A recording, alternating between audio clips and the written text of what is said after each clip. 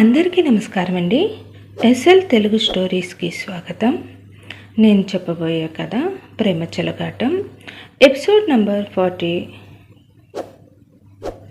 మరిన్ని కథల కోసం నా ఛానల్ని సబ్స్క్రైబ్ చేయండి. స్మిత, ఆన్య మారిపోయిందని నీకెందుకు అనిపించింది అని అన్నాడు చరణ్. చరణ్, నువ్వు ఆన్యను గమనించు. ఈ మధ్య ఆన్య మన బాస్ మోహన్ రావు గారి ముందు ఏవేవో మాటలను చాలా కఠినంగా అంటుంది. ఆయన అయితే ఆ మాటలకు ఏదో బాధతో వెళ్ళిపోతున్నారు. కానీ ఆయన మాత్రం మన ఆన్యను అయితే ఏమీ అనడం లేదు అంది స్మిత. చరణ్ ఆన్య వైపు కొంచెం కోపంతో చూశాడు. నేనేమీ ఆయన్ని అనలేదు స్మిత. మనం మాట్లాడుకునేటప్పుడు మన సార్ వచ్చారు అంతేగా అంటూ తన గురించి స్మితకు ఏమీ తెలియకూడదని అనుకుని అంది ఆన్య. ఆ మాటతో, ఇక చాలు ఆన్య, నువ్వు ఎంతవరకు మాట్లాడాలో అంతవరకే మాట్లాడడం మంచిది. పెద్దవారిని బాధ పెట్టడం అంత మంచి పద్ధతి కాదు అని కోపంగా అన్నాడు చరణ్. మోహన్ రావు బాధపడినారని స్మిత అనడమే తనకే తెలియకుండా తన మనసుకు ఏదో బాధ కలిగి ఆన్యపై కోపంతో అనేశాడు. కానీ ఆన్య ఆమె కుటుంబం పడిన వేదనను, కష్టాన్ని అంతా ఒక్క క్షణంలో మర్చిపోయాడు చరణ్. చరణ్ వాళ్ళ పెదనాన్న మీద పెంచుకున్న ప్రేమను గమనించిన ఆన్య ఇక తనకు సంబంధించిన ఏ విషయం గురించి చరణ్కి ఏమీ చెప్పకూడదని అప్పుడే అనుకుని ఇక అక్కడి నుంచి ఏదో ఫైల్ తీసుకుని వెళ్ళిపోయింది. చరణ్, ఇదిగో ఈ ఫైల్ను ఒకసారి నువ్వు చెక్ చేసి బాస్కు పంపించు అని ఆ ఫైల్ని చరణ్ చేతికి ఇచ్చి అక్కడి నుంచి వెళ్ళిపోయింది స్మిత. ఇక చరణ్ ఆన్యను ఎందుకు అలా కోప్పడినాను, నన్ను నేను కంట్రోల్ చేసుకోవాల్సింది అనుకుంటూ తనను తాను మందలించుకుంటూ మదన పడుతూ ఉన్నాడు. కాలం ఎవరి కోసం ఆగదు అంటారు కదా. రోజు విడిసి రోజు వస్తూ ఉంది. అలా అలా ఒక వారం గడిచింది. కానీ ఆఫీసుకు మాత్రం విక్కీ రావడం లేదు. రమాదేవి రోజు కొడుకుని ఆఫీసుకు పంపాలని ఎంత ప్రయత్నం చేసినా విక్కీ తన మాటను మాత్రం పట్టించుకోవడం లేదు. బుద్ధులు చెప్పాల్సిన వయసులో గారాబం చేసి వదిలేసి ఇప్పుడు స్వేచ్ఛగా ఎంజాయ్గా తిరగడం అలవాటైన తర్వాత మంచి చెప్పినా అది అర్థం చేసుకోలేక ఆ మంచి మాటను కూడా పనికిరాని మాటలాగే అనుకుంటూ ఉంటే ఇక అదే మంచి పదే పదే వాళ్ళ చెవుల దగ్గర చోరీగలాగా అంటూ లాగితే చిరాకు, కోపంతో ఆ చెప్పే వాళ్ళ మీద నోరు పారేసుకున్నా ఆశ్చర్యపోనవసరం లేదు. ఒకవేళ విక్కీ వాళ్ళ అమ్మ చెప్పే మంచి మాటను వింటే మంచిదే. రోజు ఆఫీసుకు వస్తాడు. అప్పుడు విక్కీని 3 చెరువుల నీళ్లు తాగించాలి. లేదంటే రమాదేవికి కొడుకుని ఎలా పెంచిందో అర్థమవుతుంది. అది కూడా తనకు మంచిదే. అప్పుడైనా కొడుకు వలన తనే కాదు ఇతరులు కూడా ఇబ్బంది, బాధ పడ్డం గురించి తెలుసుకుంటుంది అని అనుకుంది ఆన్య.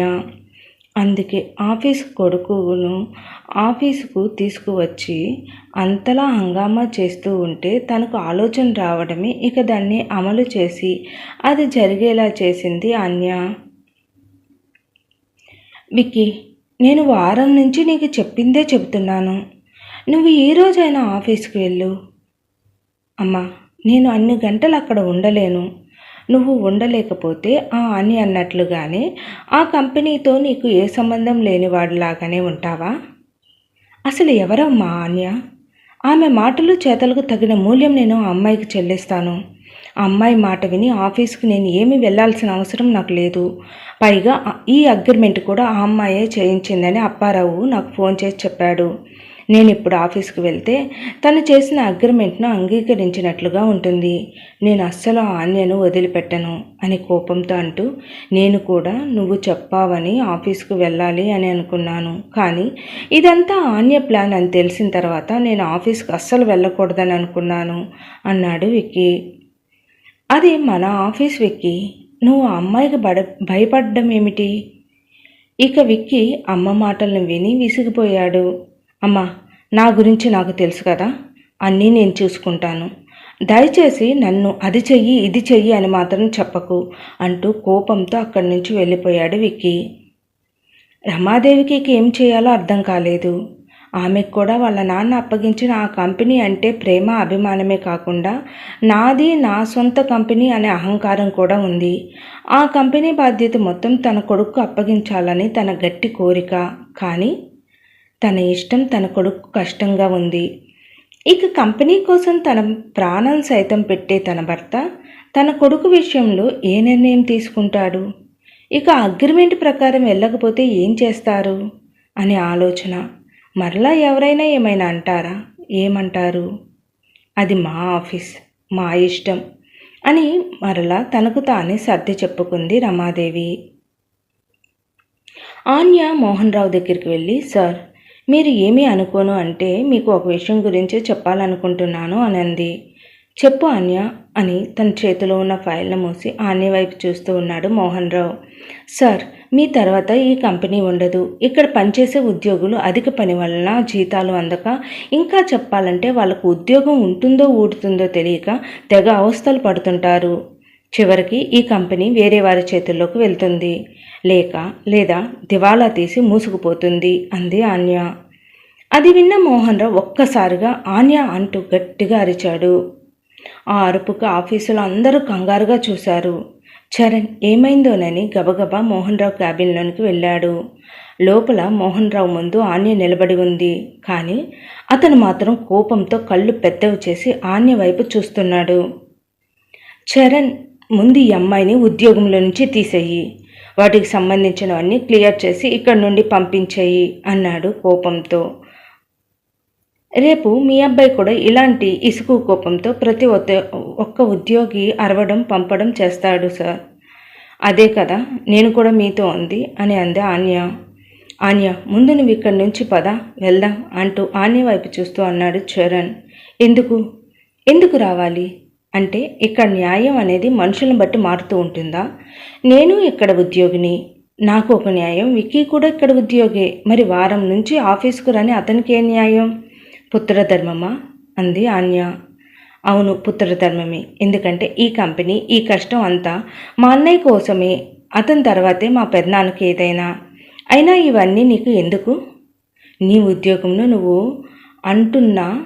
తనకు ఇంతలో ఆన్య గతం ఒక్కసారిగా గుర్తు వచ్చి మాట్లాడకుండా ఆగిపోయాడు చరణ్. చాలా బాగుంది చరణ్ సార్, కొడుకు కోసం ఈయన కష్టపడుతూ ఉంటే మరి ఆయన? ఇంకో విషయం, ఈ కంపెనీ స్థాపించిన రంగనాథం గారి వారసత్వం ఇదేనా? అంటే అల్లుడు తర్వాత అని మోహన్ రావు వైపు చూస్తూ, మీ గారం ఇంటి వరకు ఉంటే బాగుంటేది సార్, అది ఇప్పుడు ఆఫీస్ వరకు వచ్చింది. అయినా చివరిగా ఒక మాట, వాళ్ళ తాతగారు అంత కాకపోయినా కనీసం మీ అంతటి వాడినైనా చేయండి అని అక్కడి నుంచి వెళ్ళిపోయింది ఆన్య. పెదనాన్న, మీరు ఆన్య మాటలు ఏమీ పట్టించుకోకండి. తను ఒక అనిపించింది, ఏదో అలా వాగేసింది. తన తరపున నేను క్షమాపణ చెప్తున్నాను. ఇంకో విషయం ఏమిటంటే తనను ఉద్యోగం నుంచి తీయడం గురించి మరలా ఒకసారి ఆలోచించండి అని చెప్పి అక్కడి నుంచి ఆన్య దగ్గరికి వెళ్ళి, ఏయ్ ఆన్య, నీకేమనిపిస్తే అది మాట్లాడేస్తావా?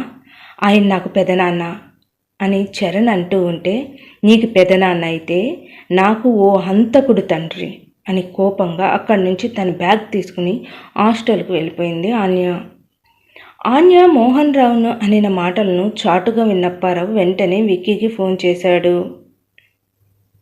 హలో, చెప్పు అప్పారావు. సార్, ఆ ఆన్య ఏంటి మీ మీద పగపట్టిన దానిలా చేస్తుంది అని అన్నాడు అప్పారావు. ఆమె పూర్వ జన్మలో పామేమో అప్పారావు. ఆ జన్మలో నేను కొట్టి చంపి ఉంటాను, అందుకే పగపట్టిందేమో. అవును సార్, అలానే ఉంది. చాలే, నోరు మూసుకుని అక్కడ ఏం జరిగిందో చెప్పు, అంతేగాని ఈ ఎక్కువ తక్కువ మాటలు మాట్లాడుకు అన్నాడు విక్కీ. ఓ అలా అంటారా? సరే సార్, ఇక్కడ ఏం జరిగింది అనేది చెప్తాను వినండి.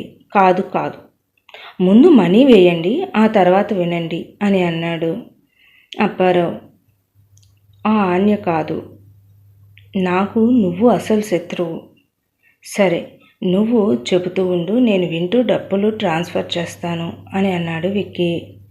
సరే సార్ అని జరిగిన విషయంను పూసగుచ్చినట్లు చెబుతూ ఉన్నాడు అప్పారావు. అప్పారావు చెప్పిన మాటలను విన్న విక్కీ ఏం చేస్తాడు?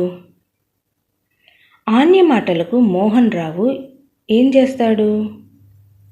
మోహన్ రావు ఆన్యను ఉద్యోగంలో ఉంచుతాడా లేదా? ఇక ఇదంతా మనము తర్వాయి భాగంలో చూద్దాము. నా కథ నచ్చినట్లయితే దయచేసి సబ్స్క్రైబ్ చేసి లైక్ చేసి షేర్ చేయండి. Thank you.